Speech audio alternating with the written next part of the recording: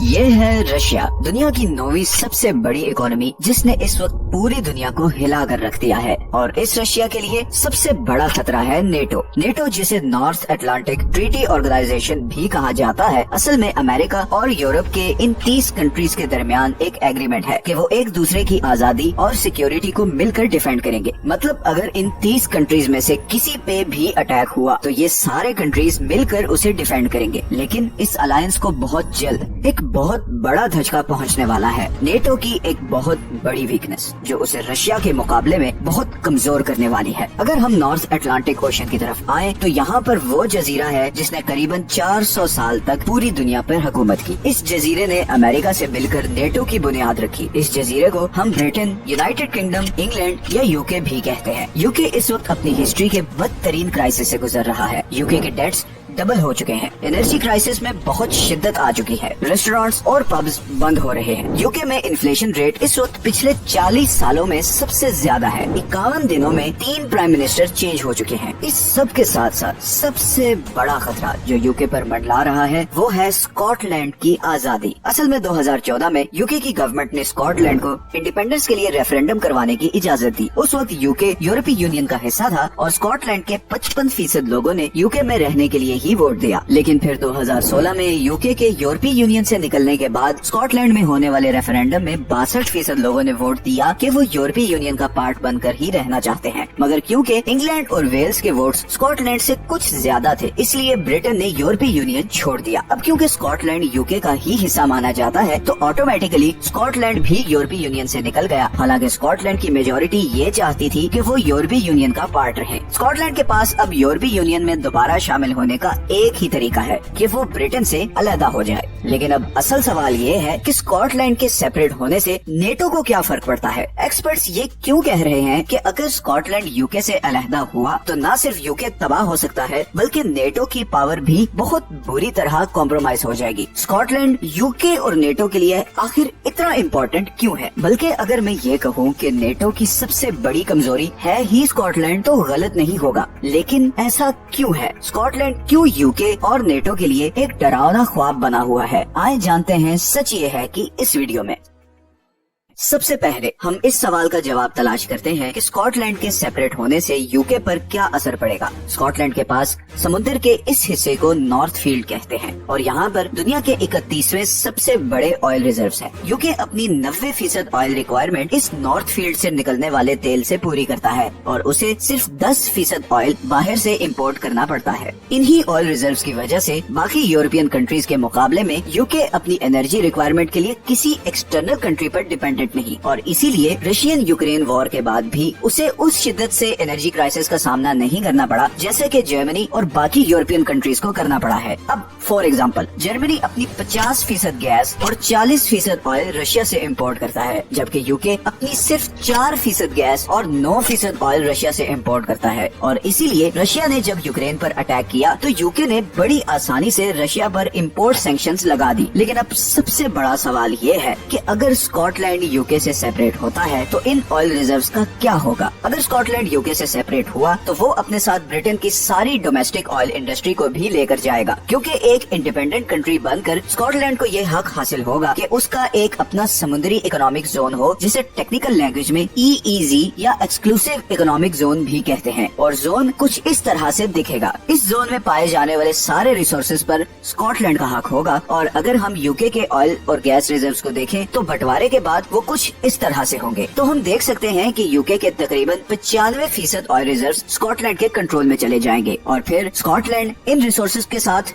जो मर्जी करे। और यहीं पर बड़ी इम्पोर्टेंट चीज ये है कि नॉर्थ फील्ड में पाए जाने वाले ऑयल रिजर्व्स बड़ी तेजी से खत्म हो रहे हैं और हो सकता है कि स्कॉटलैंड इनको बेचने के लिए यूके को ऑयल इंपोर्ट बंद कर दे। और इसका सबसे बड़ा नुकसान ये होगा कि यूके को अपनी एनर्जी रिक्वायरमेंट के लिए फिर बाकी कंट्रीज के पास जाना पड़ेगा और इस तरह वो जो कम्पेटिटिव एडवांटेज जो यूके को बाकी यूरोपियन कंट्रीज पर हासिल था वो बिल्कुल खत्म हो जाएगा। रशिया यूक्रेन वॉर के बाद से ऑयल की प्राइस मुसलसल ऊपर जा रही है और एज अ रिजल्ट यूके की ऑयल इंडस्ट्री के प्रॉफिट्स भी डबल हो गए हैं और इसी चीज ने स्कॉटलैंड को मजीद पंप किया है कि वो यूके से इंडिपेंडेंस ले, बिकॉज मेजॉरिटी ऑयल तो स्कॉटिश वाटर्स से निकल रहा है और उसका प्रॉफिट जा रहा है यूके को। इसी तरह यूके के लिए एक और खतरा ये है कि अगर स्कॉटलैंड यूके से अलहदा होता है तो बहुत ज्यादा चांसेस है कि नॉर्दर्न आयरलैंड भी अपनी इंडिपेंडेंस की आवाज उठाएगा और इस तरह द ग्रेट ब्रिटिश एम्पायर चंद सालों में ही टूटकर सिर्फ इंग्लैंड और वेल्स तक रिस्ट्रिक्ट हो जाएगी। अब हम आते हैं दूसरे क्वेश्चन की तरफ कि स्कॉटलैंड के सेपरेट होने से नेटो पर क्या असर पड़ता है। अगर स्कॉटलैंड यूके से अलहदा होता है तो उसके पास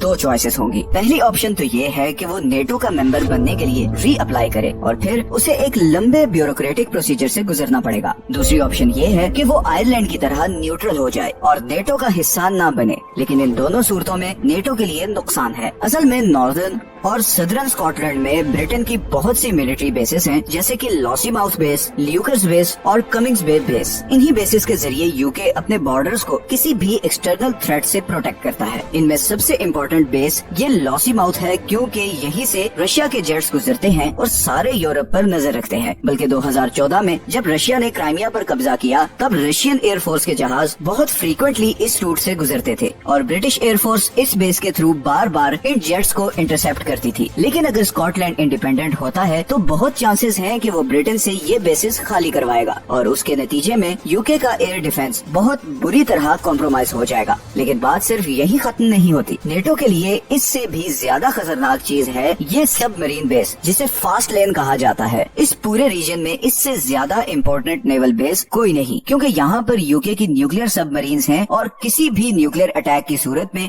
यही बेस है जो यूके को बचा सकती है। इस बेस की लोकेशन को कोल्ड वॉर के दौरान बहुत स्ट्रेटेजिकली चूज किया गया था। ये बेस असल में GIUK गैप के पास है। GIUK गैप हमारी दुनिया के सारे समुद्रों में से सबसे इम्पोर्टेंट एरिया है, क्योंकि यही वो एरिया है जहाँ से रशियन सबमरीन्स गुजरकर अमेरिका, कनाडा और यूरोप पर अटैक कर सकती हैं। असल में रशिया की सबसे बड़ी नेवल बेस ये सेवरोमोर्स्क बेस है, जो रशिया के नॉर्थ में लोकेटेड है और यहीं पर रशियन नॉर्दर्न फ्लीट हेडक्वार्टर भी है। रशिया की 11 न्यूक्लियर सबमरीन्स इसी बेस के आस पास होती हैं। इस बेस के लेफ्ट साइड पे सारी बर्फ है और रशियन सबमरीन्स के लिए अमेरिका और यूरोप पर अटैक करने का सिर्फ यही एक रूट है। रशिया की 4 न्यूक्लियर सबमरीन्स हर वक्त इस गैप एरिया के पास पेट्रोल करती हैं और यूके इसी बेस के थ्रू किसी भी न्यूक्लियर थ्रेट से बचने के लिए समुद्र के इस सारे हिस्से पर कड़ी नजर रखता है। लेकिन अगर स्कॉटलैंड यूके से अलग होता है तो ये सारा फ्लैंक बिल्कुल खाली हो जाएगा, क्योंकि 2014 में स्कॉटलैंड की गवर्नमेंट ने रेफरेंडम में ये कंडीशन रखी थी कि अगर हम वोटिंग जीत गए तो हम ब्रिटेन से फास्ट लेन और दूसरी बेसिस खाली करवा लेंगे। तो स्कॉटलैंड की आजादी का एक ही मतलब होगा कि अब यूके को किसी और जगह बेसिस बनानी पड़ेगी और इस पे बिलियंस ऑफ पाउंड खर्च होंगे और इतना पैसा खर्च करने के बाद भी इतनी जबरदस्त लोकेशंस पर बेसिस मिलना मुश्किल है, क्योंकि एट मैक्स नेटो ऐसी बेसिस या तो फ्रांस में बना सकता है या फिर USA में, और ये दोनों कंट्रीज GIUK गैप से बहुत दूर हैं। ये बेसिस इसलिए भी जरूरी है कि सितंबर 2022 में व्लादिमीर पुतिन के एडवाइजर ने टीवी पर यह थ्रेट किया कि अगर यूके ने रशिया पर से सैंक्शंस खत्म ना की और रशिया के खिलाफ अपना अग्रेसिव स्टांस नहीं बदला तो रशिया के न्यूक्लियर मिसाइल्स लंदन को टारगेट कर सकते हैं। और इस धमकी से ठीक 1 साल पहले यूके में ये बहस चल रही थी कि अब यूके को न्यूक्लियर वेपन्स की जरूरत नहीं, क्योंकि यूके पर अब कोई न्यूक्लियर अटैक नहीं करेगा। लेकिन फिर रशिया की धमकी के बाद से ये न्यूक्लियर बेसिस एक बार फिर यूके और नेटो दोनों के लिए बहुत बड़ी जरूरत बन गई है और इसीलिए स्कॉटलैंड से नेगोशिएशंस की जा रही हैं कि वो इंडिपेंडेंस का डिसीजन वापस ले ले, मगर फिलहाल ऐसा होता नजर नहीं आ रहा। स्कॉटलैंड की इंडिपेंडेंस से एक और बड़ा नुकसान जिस चीज का होगा वो है कम्युनिकेशन। असल में अटलांटिक ओशन के इस सारे हिस्से में दुनिया की 95% इंटरनेट केबल्स हैं। इन्हीं केबल्स के जरिए सारे कॉन्टिनेंट्स आपस में कनेक्टेड हैं। हम इंटरनेट यूज करते हैं और इन्हीं कम्युनिकेशन लाइंस के जरिए अमेरिका, यूरोप और एशिया में मौजूद अपने फौजियों से कम्युनिकेट करता है। तो अगर ये बेसिस यूके के हाथ से जाती हैं तो बहुत बड़ा चांस है कि Russian submarines in communication lines को भी काट देंगी और ऐसा पास्ट में हो भी चुका है। जनवरी 2022 में रशिया के यूक्रेन पर हमला करने से करीबन 1 महीना पहले नॉर्वेजियन मेनलैंड और स्वेलबार्ड आइलैंड के दरमियान फाइबर ऑप्टिक्स केबल बड़ी मिस्टीरियसली कट गई थी। स्वेलबार्ड आइलैंड पर दुनिया का सबसे बड़ा सैटेलाइट ग्राउंड स्टेशन है, जहाँ से वेस्टर्न एजेंसीज रशिया की मिलिट्री एडवांसमेंट पर नजर रखती हैं। और कुछ ही दिन पहले नॉर्वे की इंटेलिजेंस ने